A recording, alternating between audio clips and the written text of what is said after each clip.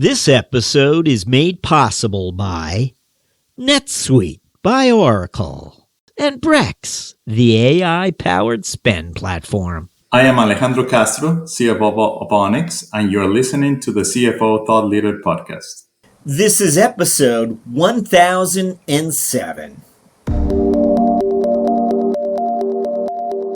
That's an expensive model. We effectively have two R&D organizations, one on the software side and one on the space system side. And that means we really need to operate profitably so that we can afford the investments in space systems and in that CapEx. I don't want to be in a position where we have to go out and fundraise because the capital markets have not been super friendly, and I don't know when they'll get friendly. The message internally is the first step to cash flow profitability is operating profitability.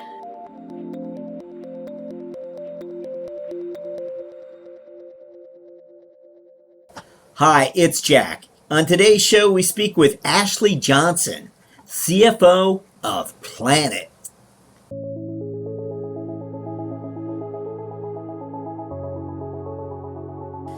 With both undergraduate and master's degrees in international studies, the State Department had long been Ashley Johnson's preferred destination.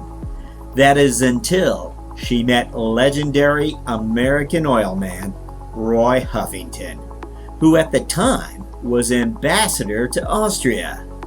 You cannot be an effective leader if you don't understand how to make a strong economy, Ambassador Huffington told Johnson as he planted a seed within her future ambitions that would eventually take root inside the world of business and finance.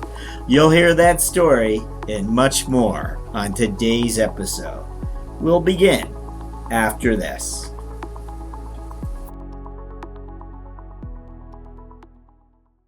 CFOs and controllers, does expense management feel like a necessary evil? It's time to switch to Brex. Brex automates and accelerates spend management with easy-to-use corporate cards, travel, expense management, and bill pay, all on one AI-powered platform. Brex makes it easy to boost efficiency and compliance enterprise-wide and free up your managers, employees, and accounting team for higher impact work. Top companies from startups to enterprises are using Brex to automate manual work and transform their finance operations. We're talking DoorDash, Robinhood, Airtable, and countless other industry leaders. Ready to join them? Switch to AI-powered spend management at Brex.com.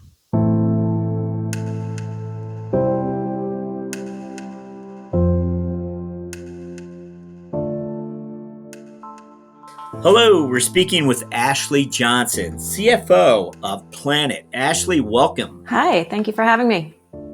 So Ashley, as always, we're going to ask you to look back for us. And what we're looking for are those experiences that you recall walking away with something that would shape your decision-making in the future as you advance into the ranks of finance leaders. What is it that comes to mind when we ask for those experiences?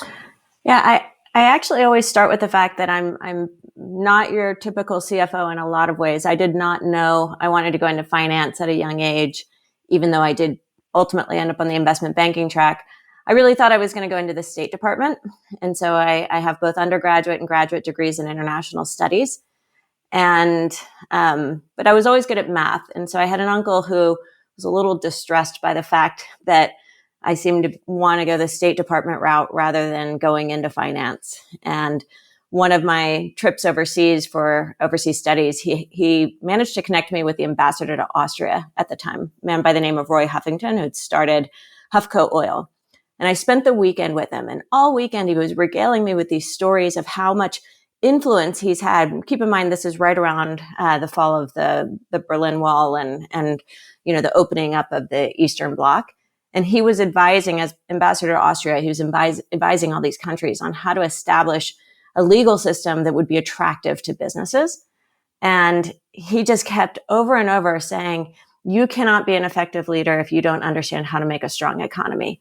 And I left that weekend absolutely convinced I was going to go to business school and I was going to learn business. And it was the first time any of that had ever crossed my mind. So I ended up finishing my master's degree with a lot of my courses at the business school. And through that, one of the people in my study group worked at a hedge fund. And he started to teach me about Wall Street. And I became absolutely fascinated with financial statements. And I know that sounds really weird, but in taking accounting courses and working with him to see how a Wall Street analyst looks at financial statements to understand what's going to happen with the future of that company and to try to predict it, I just found I was immediately hooked. So I ended up taking a job as an office manager at that hedge fund, working my way into being an assistant to the portfolio manager. And then I had friends at Morgan Stanley who said, you can't have a master's degree from Stanford and work as an office manager. You need to get into investment banking. And so I parlayed that experience over to Morgan Stanley's technology investment team in Menlo Park. And that was right at the start of the internet boom. So I got a wild ride for the next 4 years, 1996 to 2000, of banking some of the most interesting companies, from Oracle and Microsoft to chemistry.com or whatever the name of it. Chemdex, I think, was the name of it. So that's really my journey into finance. Was very zigzagged, but it started with this concept of financial statements tell a really interesting story.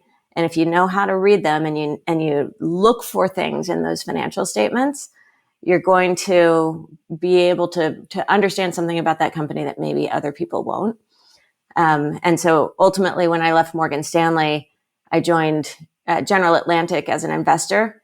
And that theme just kept going of when I was looking at an investment, I was trying to figure out through the financial model, what was the most sensitive variable in that equation that might make this incredibly successful as an investment, or that could be the thing that causes the investment to go haywire. And if I can finish with one little anecdote, because this will tie to a lot of what you'll hear me talk about in terms of what I see as the role as a CFO and the way we can have influences. One of the investments that I was most excited about, it was back in the early 2000s when online advertising was really taking off. And it was one of these online advertising businesses that was doing an arbitrage model. And I was on the phone with a banker. We were in the 11th hour of the investment, but something I said made the banker say, wait, I don't understand how your model could say that. Could you send it to me? And so I sent him the model, and he immediately called me up and he said, you've got two really wrong assumptions in here. One was about the starting balance sheet, and one was about how they were anticipating cash flows. And when I adjusted those assumptions, we had a very high likelihood of losing 100% of our investment. And so I ended up calling the head of the investment committee, explaining what I had gotten wrong, what it meant. And again, really 11th hour. In fact, the deal had already leaked into the press. And he said, well, you're going to have to bring it to the investment committee and talk it through. So I wrote up my memo. I flew out to Greenwich, Connecticut, and I presented a recommendation that we back away from the deal. And the investment committee stood behind me. And in fact, they were so emphatically behind my decision that at the end of every successful investment, they always sent the lead analyst a bottle of champagne. They sent me a bottle of champagne for making the decision not to do the deal. It really reinforced to me this concept of look for those assumptions, look for those really sensitive assumptions, and then question them and question them again and question them again, because those are the moments that can really, make you the hero or make you the zero. So anyway, so that's my journey and how I got into finance and why I'm still excited about it after 30 years in it. Wow, a wonderful overview for us. Thank you. During those early years, besides the reading the financial reports, you also got to sit across the table from the C-suite executives and the management teams. And I'm curious, when you think back in time, as far as how they might have made an impression on you, whether you were surprised by their behaviors or the chemistry or lack of chemistry sometimes between top executives. From your earliest time, what do you recall your observations might have been? Yeah, it's interesting when you say sitting across from C-suite. I'm immediately reminded of when I was an investment banking analyst, and again coming back to that concept of really liking finding something in the model that maybe other people don't see and that tells a story. I had the great privilege of working on the IPO of Ingram Micro, very large, distributor and the CFO was from Nashville, Tennessee, and he and I just ended up having great chemistry to that point of I would show the model and I'd be really proud of something, and he would say, that doesn't register with me, that doesn't resonate with me, walk me through that. And we'd end up almost sparring in these meetings while other people in the meeting were just kind of observing. And I thought I really thought that was fun. Obviously, very empowering for somebody young in their career to be sparring with the CFO of this huge company, but also to just see the dynamic, because us talking about things that we were seeing in the model was sparking questions around the room, and I really remember taking away that with me of you got to create an environment where every voice can be heard. I was, by far the most junior person in the room, but by, letting those voices be heard, it creates an opportunity for people to ask questions that they might not otherwise have probed into.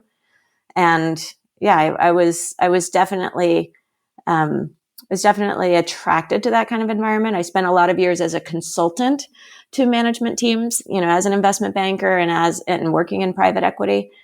And I honestly never back then imagined myself going into the companies. I don't know why, but I think I had, and I hear this a lot actually from investment bankers and consultants of, I'd be bored working at the same company every day, which is laughable for anybody who works in a company. But yeah, so I spent a lot of years thinking I wanted to be the advisor and the instigator, right? The person who comes into the room and causes that conversation to happen. But now I do that from the inside.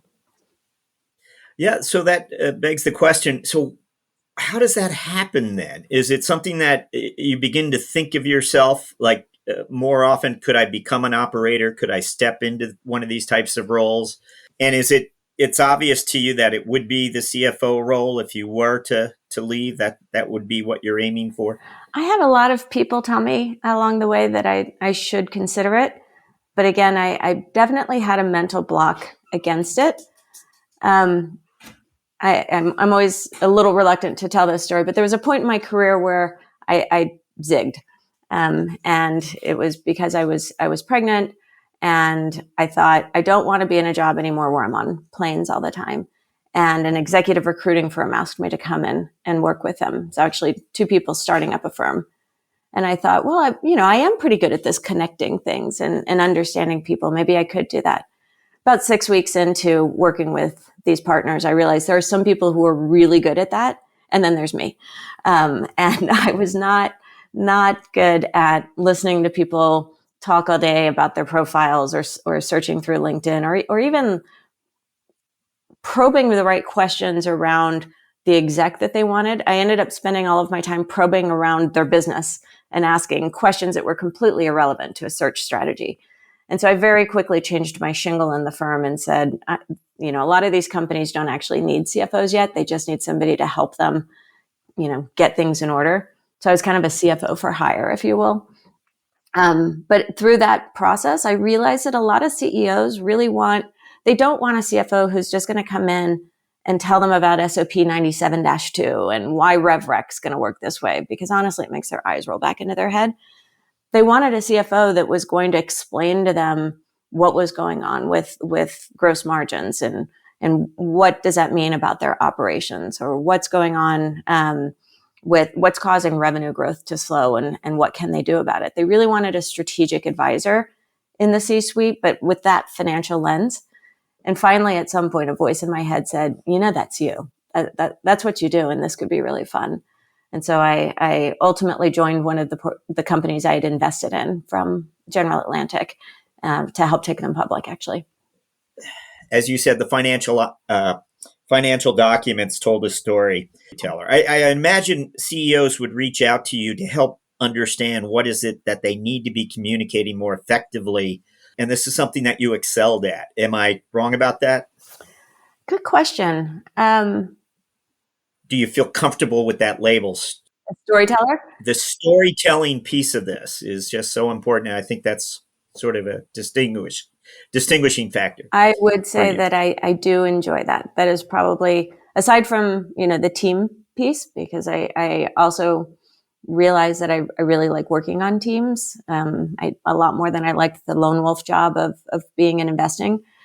But yeah, I do think that storytelling ends up being a big part of the job. Unless you're just a reporter, right? You can just report the numbers and let everyone else try to figure out what's going on. But then I think you're really selling yourself short as a CFO in terms of the level of impact you can have. And so, yes, I would say it's very fair to say that I enjoy the storytelling aspect of this. And I sometimes get a little creative, perhaps too creative. One year when I got frustrated during the budgeting cycle because everyone needed about $20 million more than we had to spend. I mean, just it was an insane year of overreach in the budgeting process. And I actually found myself on Christmas Eve with my head in my hands, just going, I don't know how I'm going to get this where it needs to be. And so I wrote a poem the night before Christmas and just kind of mocked everything that was being asked of me and sent it around to the CFO or to the executive team and said, we need to start fresh in the new year because this isn't going to work this way. This isn't working. Before we start talking about Planet, I want to let the audience know you've had multiple CFO tours of duty. What I'm curious about as well is, as a communicator, as a CFO internally, how you're applying that same skill set internally now, similar to what you just mentioned about the poem, but perhaps more broadly, where you help the workforce understand what's trying to be achieved, not the investors, not the outside stakeholders, but the inside ones. Yeah, and I can use an example from Planet because as a public company, the narrative that you tell, you kind of start with what's the narrative that we're telling ourselves as the executive team, then what are we going to tell the board, what are we going to tell investors, and then what are we going to tell our employees, and it has to go in that order for obvious reasons.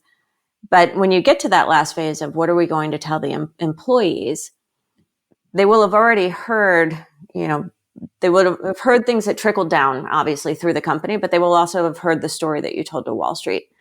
So there's a real opportunity there. And I really noticed it. It was either our last earnings cycle or the one before, where when we did our all hands after the earnings call, I slowed down on my section. Usually I think, and maybe this is just a little self-confidence gap, but I thought, well, they've already heard me on the earnings call. They've had enough of the CFO. But instead, this time I slowed down. And part of it is because we made a declaration that we are going to hit EBITDA positive this year. And I thought the best way for us to get that is for everyone to know what that goal means, as opposed to them assuming, all right, that's just a milestone we have to hit. It's like, actually, no, it takes a collective effort to move from being a company that operates in the red to a company that operates in the black. And I wanted them to understand it. So slowing down all the way through, when I talk about how revenue grew this quarter, what were the things specifically that caused revenue to grow this quarter? Next slide. We talked about gross margins, which is an important part of our strategy as a company relative to, satellite companies before us. Well, most of people in the company don't really know what gross margins are. How do we calculate that? So I slowed down and I explained that.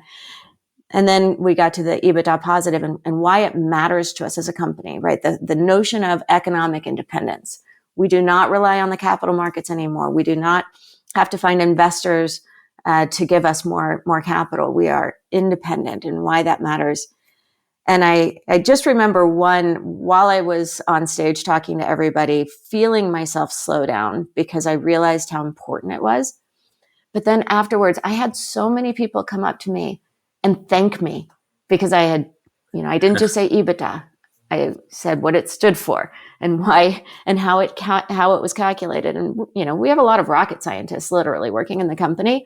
So they get math, but they don't know finance, and just wanted that that explanation of why this matters.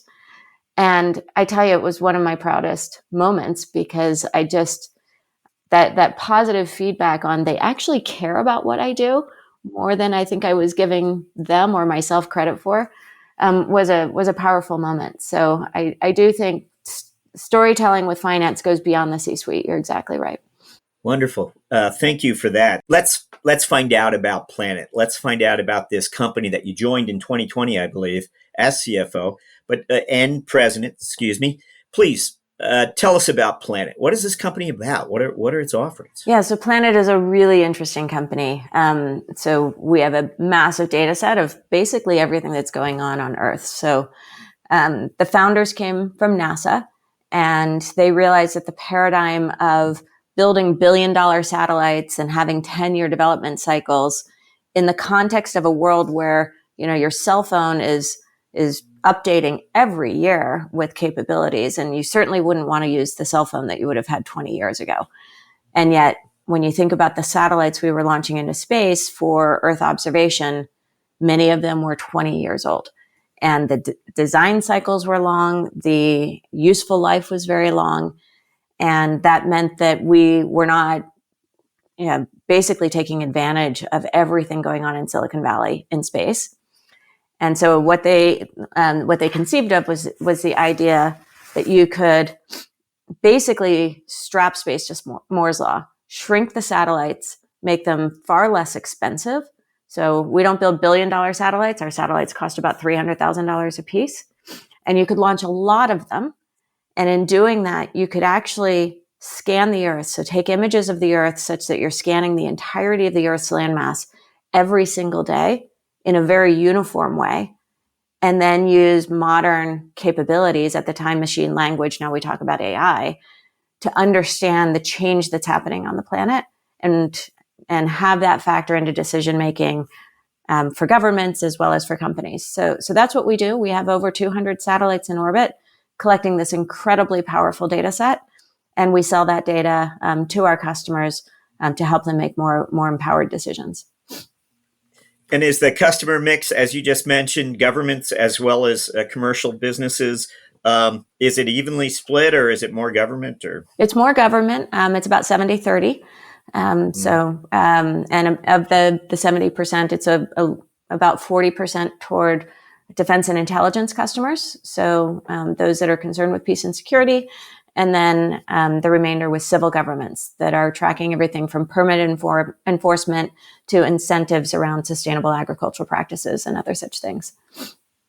Now, the company is publicly traded today, and I know it had to do with a merger. Can you just enlighten us as to how it went about becoming public and Sure. the transaction? Yeah, I'd say, and since this is a CFO audience, they will definitely understand this. But in 2020, things were a little odd with COVID, and so we had cut back on our expenses in order to make sure that we were going to be around on the other side of whatever COVID ended up being. And at the end of 2020, we went out to fundraise because now we were ready to invest in the next generation of our satellites and also continue to build out the software capabilities to make our data easier to use. And at the end of 2020, nobody wanted to talk about private investments. Every conversation ended with, have you all thought about going public via SPAC? You're big enough. You could do it. We were about $100 million in revenue at the time. And, my initial response was, we're too small. We're not ready, right? We're still working through a lot of things on our business model. And the answer was, yeah, but you could do it. You've been a public company CFO. I'm sure you could do it.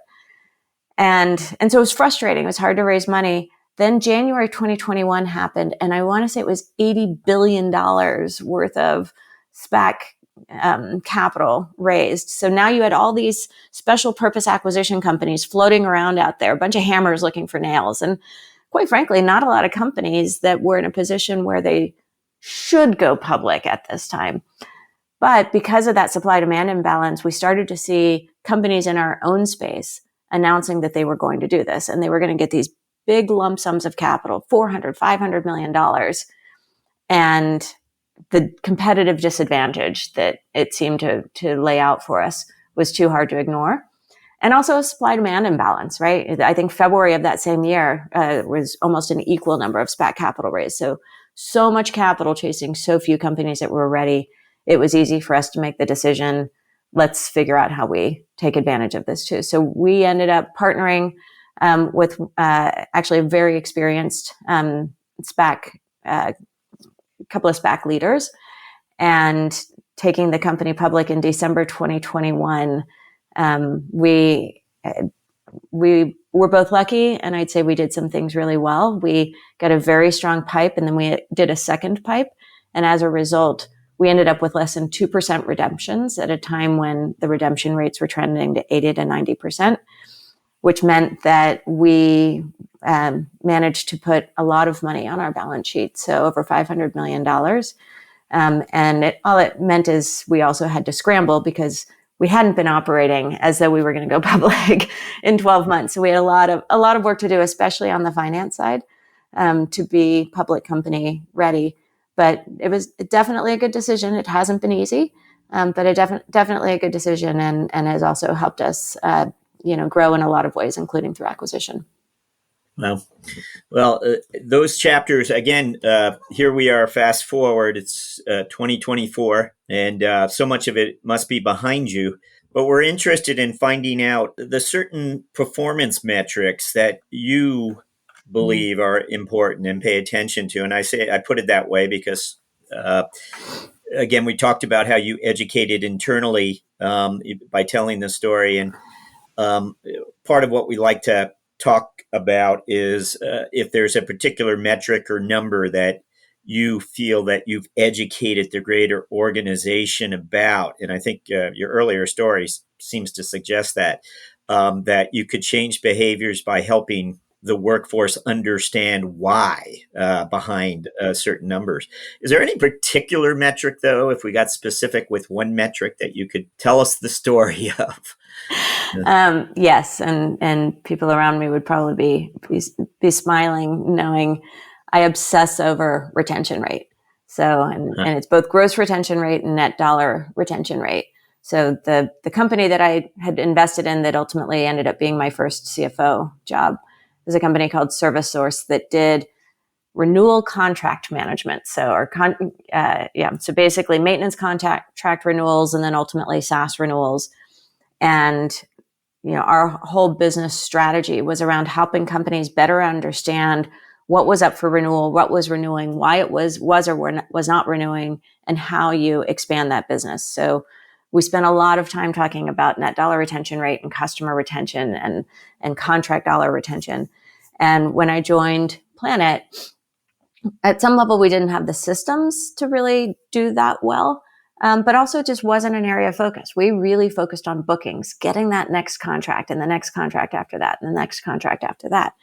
And the thing a lot of companies don't realize when they've incentivized the sales force in this way is that if you sign up a customer for a year, but then you don't renew that contract or you don't renew it on time, you're just leaking revenue right out the bottom of your bucket. And so that all of that effort to bring in that new contract is underserved when you don't then make that a 2, 3, 4, 5-year contract that's growing every year, year over year, either through, built-in price expansions or through an understanding of how that customer is using your product and how you can then cross-sell them or upsell them more of what you have to offer because you've got a story already over the value that you're delivering. And so if your incentive alignment and your operational focus is all around getting that next bookings contract, whether it's a renewal or a new piece of business, you're not analyzing what's truly happening in your business. So net dollar retention rate is something that I absolutely obsess over. And internally, we also look at gross dollar retention rate. We look at how retention rate varies by region, by contract size, by industry vertical, by customer type, and even by, sales leader. Because it tells you a lot about what is the nature of the business that you're selling and how impactful is it to customers, and do you have gaps in your product set that need to be prioritized? So net dollar retention rate is absolutely, especially in any type of recurring revenue business, is, I believe, one of the most important metric, if not the most important. Did you find that you had all the visibility into the customer to understand how they were using it or not using it? I mean, was that visible to you? Because that's what you had to expose, if I understand, Yeah. to really get to the bottom of it. Yeah, so there's an element of what you can see on your side, and that just requires tooling. And that's things like, usage statistics. How many users have been provisioned on your product? How often are they engaging? Are they engaging daily? Are they engaging once a month? Do they engage once and never come back? In our case, we're data as a service. So how much data are they accessing, and how much are they working with that data in our platform? Which of our tools have they started experimenting with to do analytics on top of that data? So there's what we can see on our side, but then there's also, if you have a customer success team, they should be engaging with the customer on at least a quarterly basis, certainly in enterprise sales, of checking in and understanding where are they in their own journey. They signed up for the product having a vision for what they were going to be able to do. Have they started? Are they far along? Have they already gotten there? And we have an opportunity to talk about what's next. And so it's two parts. One is really working with the product team to have the tooling to be able to pull those insights in and have your own internal data science team that's doing that corollary analysis so that you can get a sense for which contracts end up being the best contract, which customers, which industries, et cetera. But then there's also an operational model about having a customer success team that's going to enable you to understand the things that you can't necessarily get just from the data. Going back in time to your earlier CFO tours of duty, customer success, what those companies were up to versus what you've achieved here in terms of the collaboration that's required, whether it's just being more present with the head of customer success. I don't know. Has it matured? When you think about what customer success used to be versus what is going on today, I mean, how would you characterize finance's relationship with that? Yeah, I'd say it's really progressed. So if you think about the days of software being sold as license plus maintenance, often the maintenance contract renewals was something that was relegated to the back office, like accounts receivable. And again, that was more backward looking. How much revenue did we get from it, and a reporting function? The company that I worked at, ServiceSource, really kind of turned that model on its head and said, this should not be a back office function. This is a front office function. It's touching your customer. And if a customer renews, that's important information. If they don't renew, that's even more important information. And if it's just being managed as a billing function in the back office, you're not getting something that's critically strategic information. And so ServiceSource really kind of brought that concept of making maintenance contracts important and sexy. And then you saw with the emergence of SaaS that recurring revenue was the revenue.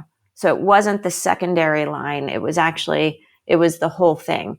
And so you saw companies like Salesforce really turning the software model on its head and saying, we want to sign up subscription revenue, and then renewals really matters. Multi-year contracts really matter. And so you saw companies emerge that were enabling the tooling around that so that you can link what you learn in the back office through, collections and invoicing with what you know in the front office, which is the why and when and what's going on with the customer dynamic. And I think, again, from a finance lens, if we bring that all together and then add the third leg of the stool is, how do we make sure this information is getting back into the product team so that we know if there are product related reasons why customers are churning? Are they churning because they didn't get to the value prop that was sold? And is that because there's a faultiness in the product that needs to be addressed?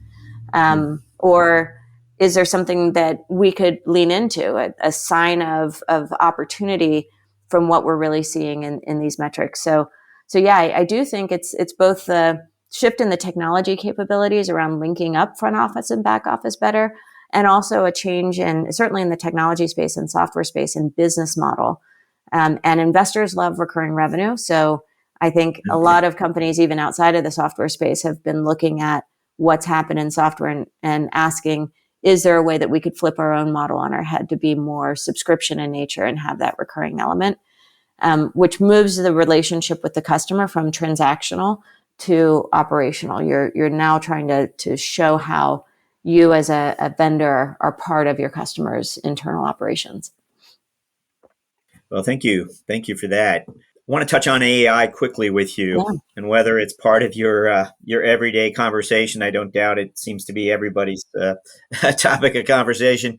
But as it comes to your role as a finance leader, Mm-hmm. t- share some thoughts on AI and how it's likely to impact finance function within a company. Yeah.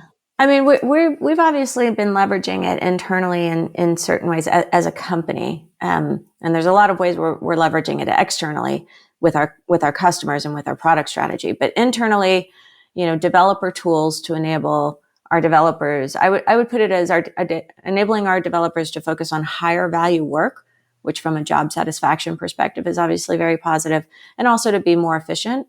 And so, we use GitHub Copilot for our developer team and when we ran a pilot, when the pilot ended, I think one of the developers' comment was, "I miss this more than I miss coffee."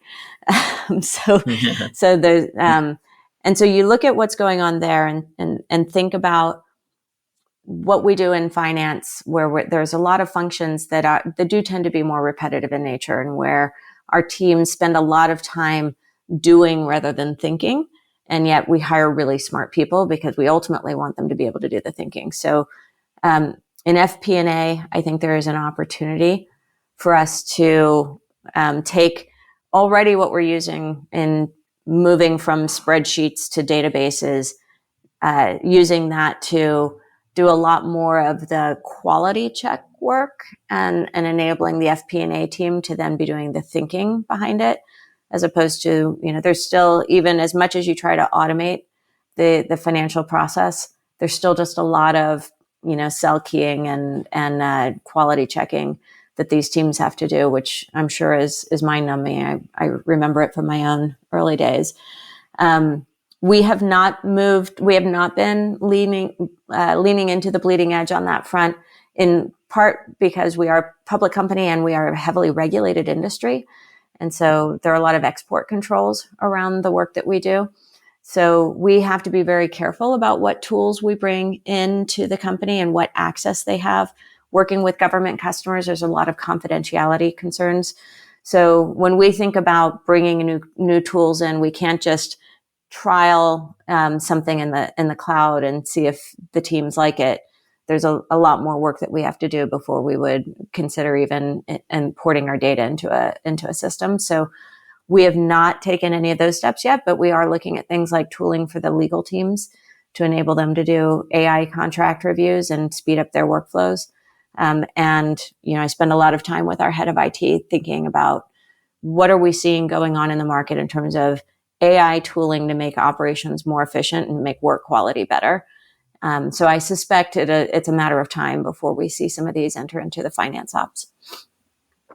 When you consider your FP&A professionals who you work closely with today, have you organized that differently? Have you cherry-picked individuals differently? And you might have an FP&A leader. I mean, do you have a different mindset when it comes to FP&A, having looked inside so many companies and understood how they used people correctly or incorrectly? Don't know. Very much so. And it was very early days for me in my first job, where I noticed a weird dynamic where people would go to the FP&A team and ask the question that I absolutely forbid now, which is, what is my budget? Or is this in my budget? That is not a question the FP&A team is allowed to answer. The FP&A team can say, what do you want to spend on? And let's look at all the things that you're spending on and whether there's an opportunity for you to make trade-offs to enable you to make this decision if it's a priority decision. But we do not answer the question, is it in my budget? And we empower leaders across the organization to own their budget. We give them the tools. We give them check-ins once a month of, how are you doing versus your plan? Because I want them to be able to use the numbers and to use the team to make decisions, not as a yes/no function. And I think too often FP&A sits as the budget team. They set the budget, they control the budget, they report the budget. First of all, that doesn't sound very fun, and it really isn't very fun. And it's certainly not very strategic. But helping with the planning process and helping people think beyond 12/31, if that's your budget cycle. So midway through the year, we do an 18-month project and force people to, or 18-month planning project, force people to think beyond the year end and start thinking about the investments I'm making in the back half of this year are really in service of next year. So what do I expect of it? This hire that I want to make right now, why am I making the hire for next year? And so I really try to push every member of the FP&A team to think in that mindset of when somebody's asking a question, make sure you ask a question back so that you're forcing them to think about why they're trying to make this decision, what impact it's going to have, and what trade-offs they might find themselves making. You prioritize this hire now because you've got a bird in hand, and something changes and budget priorities change, and now you can't afford that second hire. Will you regret that? Will that have been the right decision? So I think that from an FP&A function, the best thing you can do is just forbid the question, is it in my budget? Just, I don't know, is it? Perfect. We like to always ask for a finance strategic moment. And again, this could have happened anytime during the course of your career. And we're just really looking for moments of insight that you've experienced and acted upon, perhaps. Anything come to mind? A lot comes to mind. And it's an ongoing thing for me, but I'll go back, not the public company I'm at right now, so I don't say something that I shouldn't be talking about. But two opportunities or two CFO roles ago, when I was at a public company, ServiceSource, we had a change in business strategy that we were undertaking. So we had been a services business doing these maintenance contract renewals, and we were shifting to building the software that automated that process and selling that alongside the services. And, we sold bundles. And so we'd sell the services, we'd sell the software. And I was looking at one point, and it might have even been that same budget cycle where I ended up writing the poem. But the numbers just weren't working the way you expect. And, Wall Street was asking questions, and the budget process was making me ask questions. And instead of we always managed we had a finite number of customers. I want to say it was even like 50 customers. So we managed the business on a customer by customer basis. And I asked the team, show me a cut of the business that's by product. And now cut the business one more time this way.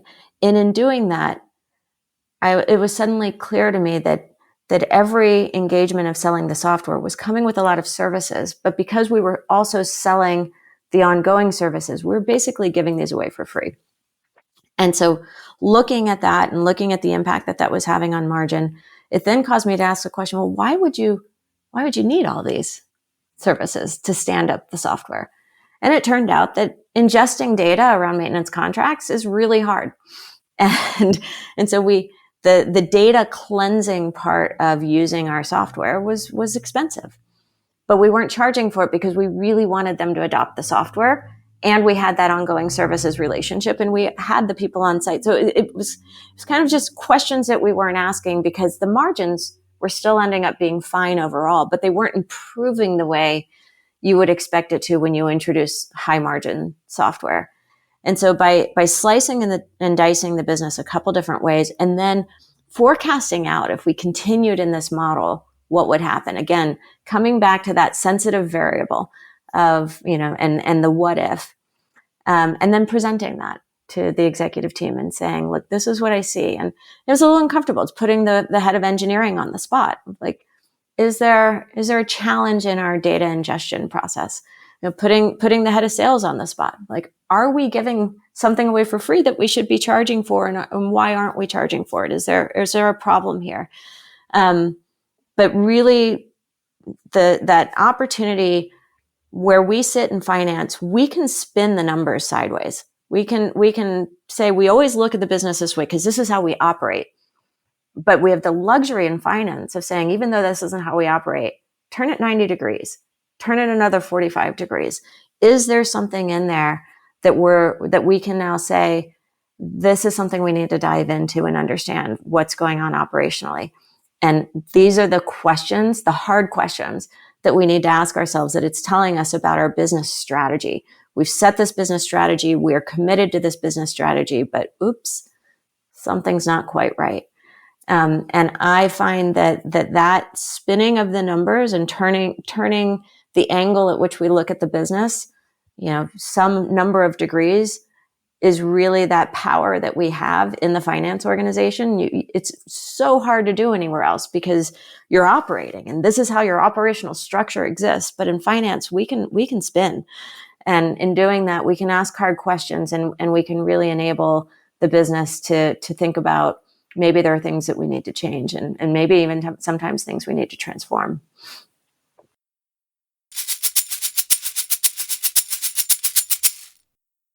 $37,025.1. These are the three numbers to remember to get the visibility and control you need to make the right business decisions instantly. 37,000. That's the number of businesses which have upgraded to NetSuite by Oracle. NetSuite is the #1 cloud financial system, streamlining accounting, financial management, inventory, HR, and more. 25. NetSuite turns 25 this year. That's 25 years of helping businesses do more with less, close their books in days, not weeks, and drive down expenses. 1. Because your business is one of a kind, you should get a customized solution for all of your KPIs in one efficient system and with one source of truth. Manage risk, get reliable forecasts, and improve margins. Everything you need, all in one place. Right now, download NetSuite's popular KPI checklist designed to give you consistently excellent performance, absolutely free, at netsuite.com/KPI. That's netsuite.com/KPI.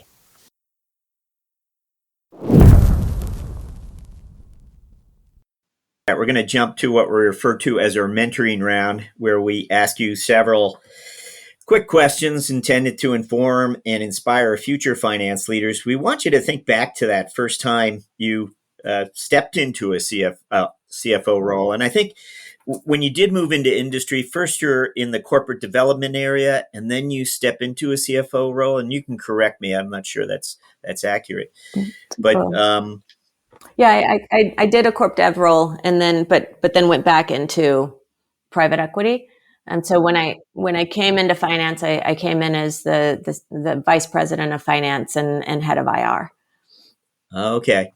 And then the CFO door swings open. Mm-hmm. What we're wondering is, you finally get there. And again, you have observed executive teams and advised them for years, but there must have been something as you take on the leadership role that surprised you, or if you could go back in time, is the way I like to say it. This is the advice you would tell your younger self as you had that role for the first 30 or 60 days. What is it, the missing piece that you wish someone had told you about the job?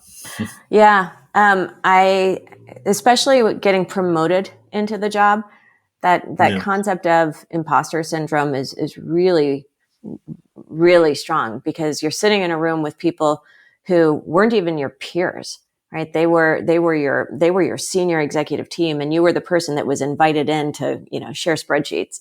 And now you've got a seat at the table, and it's really easy to be intimidated.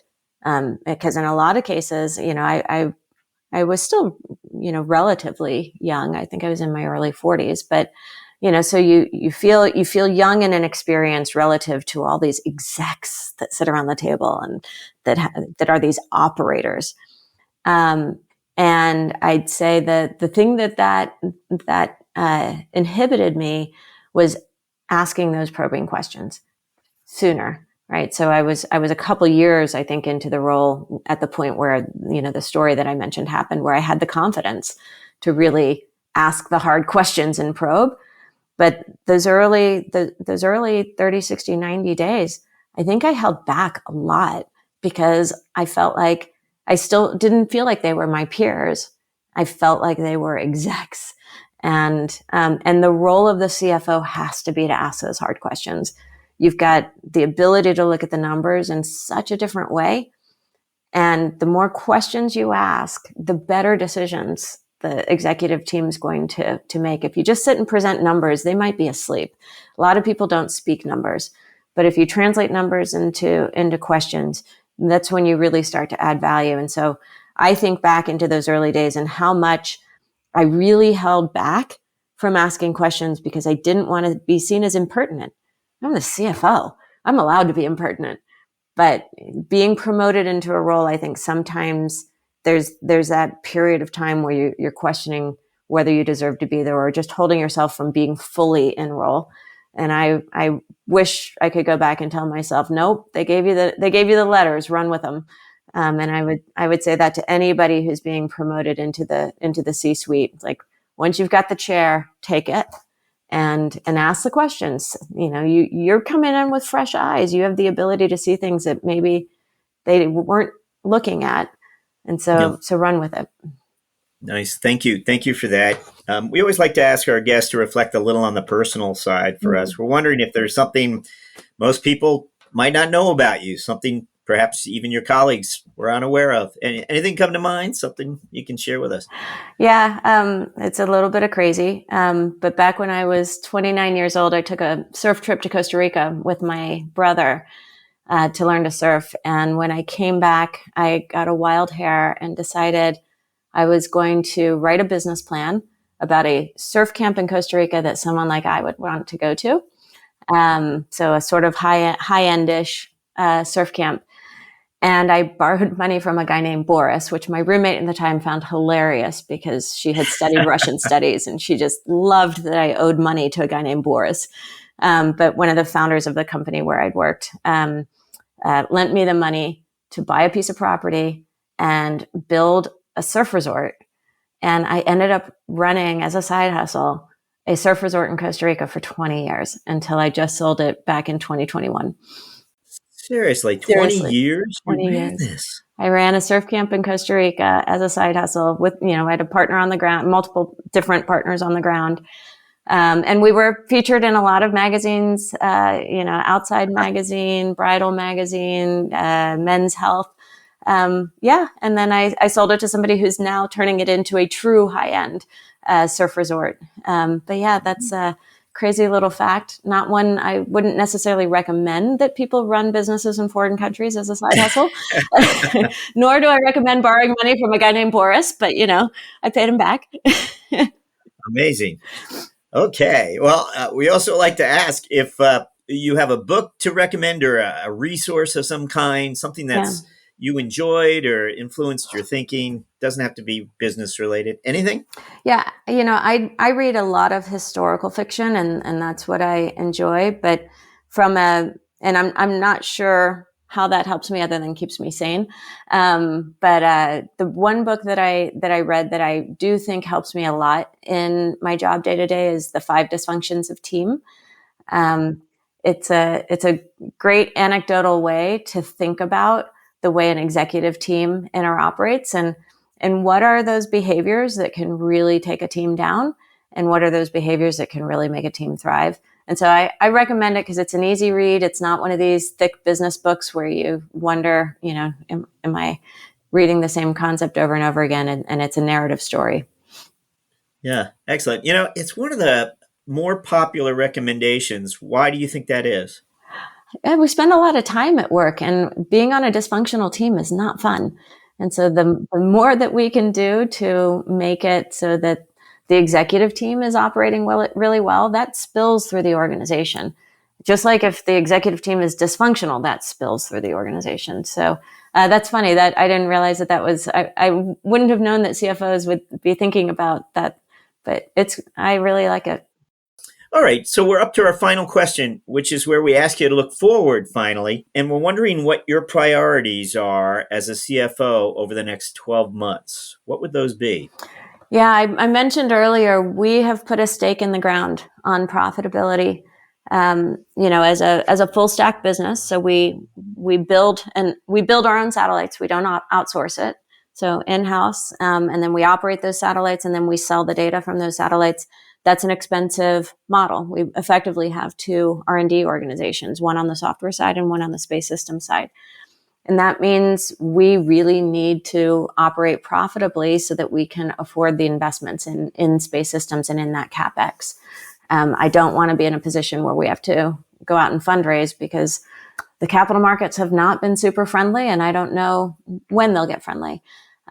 So the message internally is the first step to cash flow profitability is operating profitability.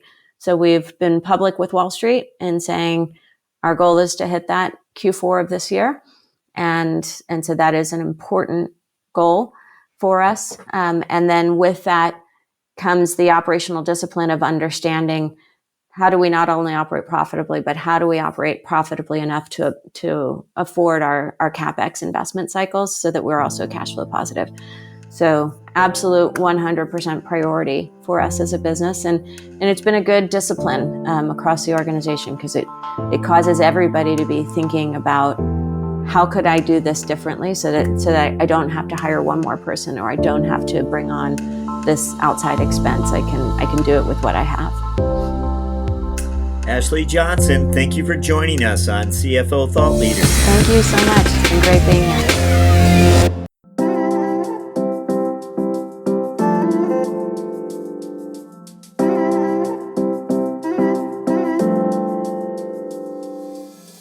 Hello, listeners. As you may know, we recently passed the 1,000 episode milestone, and the fact is, we've published well over 1,000 episodes over the years, but we only prescribe a number to episodes featuring CFOs because we know this is truly what has distinguished us over time. We're a platform dedicated to the people who actually occupy the CFO office, and to you, our listeners, who are very often seeking to better understand the roots of finance leadership. Well, it's with this in mind that we're pleased to announce the release of our new book titled The CFO 500, where we have profiled 500 of the more than 1,000 CFOs that have participated with us over the years. And you remember Siskel and Ebert, the movie guide? Leonard Moulton had his movie guide as well. Well, that's sort of the concept of what's inspired this volume, the CFO 500. Think of it as a reference volume where you can quickly thumb through the 500 one-page CFO profiles and cherry pick out the interviews that matter to you. How so? Well, each CFO page profile includes an individual QR code that allows you to instantly access the audio interview with the CFO that most intrigues you. Or maybe it's a particular industry. Just like that movie guide you used to reach to on a day when nothing much was going on, here's a way to quickly reference the interviews that matter most to you. The CFO 500 is now available for $29.95 and can only be purchased via CFOThoughtLeader.com. So visit us at CFOThoughtLeader.com. Thank you.